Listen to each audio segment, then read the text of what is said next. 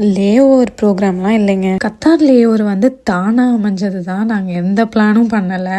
ட்ராவலுக்கு 3 days before தான் நாங்கள் accommodation வேணும்னே ரெக்வெஸ்ட் பண்ணியிருந்தோம். இந்த அக்கமடேஷன் எப்படி புக் பண்ணியிருந்தோம்னா, கத்தார் ஏர்வேஸ் வெப்சைட் போனால் டிரான்சிட் அக்கமடேஷன்னு இருக்கும். அதில் போய் டீட்டெயில்ஸ் ஃபில் பண்ணால் you'll receive acknowledgement email for your request. இதுதான் எங்கள் சைட்லேருந்து நாங்கள் பண்ணியிருந்தோம். தோஹா ரீச் ஆனதும் டிரான்ஸ்ஃபர் டெஸ்க் போனோம். அவங்களே இந்த விசாவை வந்து ப்ராசஸ் பண்ணி கொடுத்துட்டாங்க. ரூம் டீட்டெயில்ஸ் அண்ட் டிரான்ஸ்போர்ட்னு எல்லாமே கையில கொடுத்துட்டாங்க. It seems like a simple step, but எங்களுக்கு ரொம்ப கடுப்பா இருந்துச்சு. இங்க தான் I felt Emirates was better. அவங்க ரொம்ப வந்து இன்ஃபார்ம்டா இருந்தாங்க அவங்க ப்ராசஸ்ல. அதனாலே we were chill in Dubai. ஏன் சொல்றேன்னா, இந்த ப்ராசஸ்லாம் முன்னாடியே தெரியாம நாங்க ஓனாவே வந்து விசா அக்கமடேஷன் அதெல்லாம் புக் பண்ற வரைக்கும் போயிட்டோம். பட் நான் தான் எதுக்கும் ஒரு தடவை கஸ்டமர் சர்வீஸ்ல கேட்போமே அப்படின்னு கால் பண்ணதால இந்த விஷயம்லாம் எங்களுக்கு தெரிஞ்சது. இது இல்லாம லே ஓவர் ப்ரோக்ராம் ஒன்று இருக்கு. அதுக்குமே நீங்க வந்து வெப்சைட்லேயே வந்து ரெக்வெஸ்ட் பண்ணிக்கலாம்.